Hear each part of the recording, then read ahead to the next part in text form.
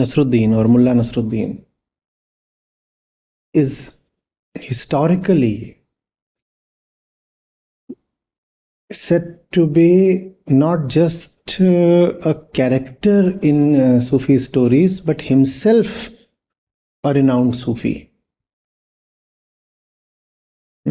Obviously, later a lot of things are cooked up and a lot of fiction, even if educational fiction, is built around an already standing character.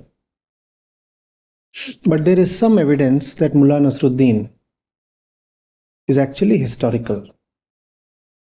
Someone who actually lived and breathed at the time, and he was himself a wise man who acted deliberately in the most idiotic of ways so that his being and his actions stand as mirrors in front of people who thought themselves to be wise. So you think of yourself as wise, smart, intelligent, whatever. And I am Mullah Nasruddin. I'm actually wise, but in front of you, I'll act like a super idiot. In fact, in front of you, I'll act just like you do, so that I become a mirror. So that in my idiocies, you can see your own face. Though recently, the way Mullah Nasruddin has been brought to popular culture is as if he is a rank idiot.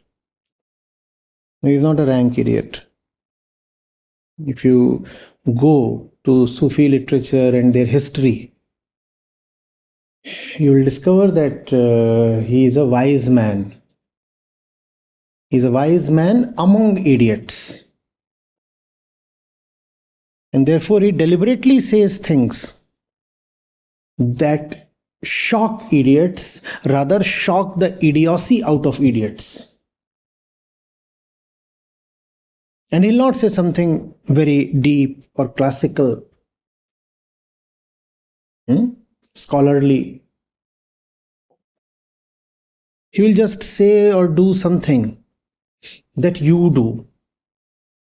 But he'll do it in the most naked and extreme manner possible.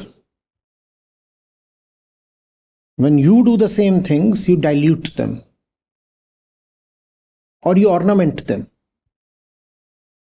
or you name them, label them in some respectable or intelligent way. Mullah will do exactly what you do, but in the purest way possible. Pure stupidity. Purest and naked. Most naked way possible. Most people would obviously laugh at him. I'm conjecturing. But then those who could pay attention would discover deep wisdom.